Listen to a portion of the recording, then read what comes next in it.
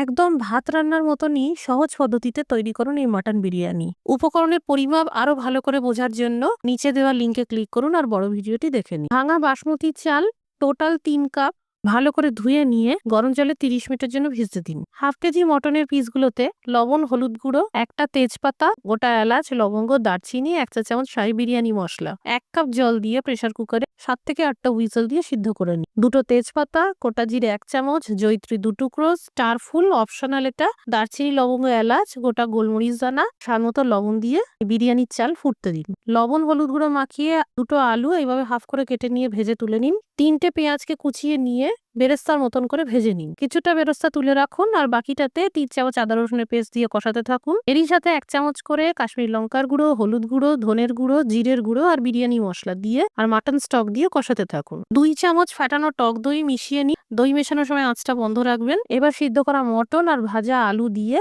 আরো 5-7 মিনিট কষিয়ে নিন। এবার দিয়ে দিন বিরিয়ানির ভাত, সাথে ভাজা পেঁয়াজের বেরেস্তা। এখানে 4টে সিদ্ধ ডিম দেওয়া হয়েছে। আধা কাপ গরম দুধের মধ্যে 2 চিমটি কেসর আর 2 ফোঁটা জর্দা রং মিশিয়ে দিয়ে দিন। তাতে গোলাপ জল, কেওড়া জল আর সামান্য বিরিয়ানি মশলা ছড়িয়ে কম আঁচে ঢেকে দমে 30 মিনিট হতে দিন।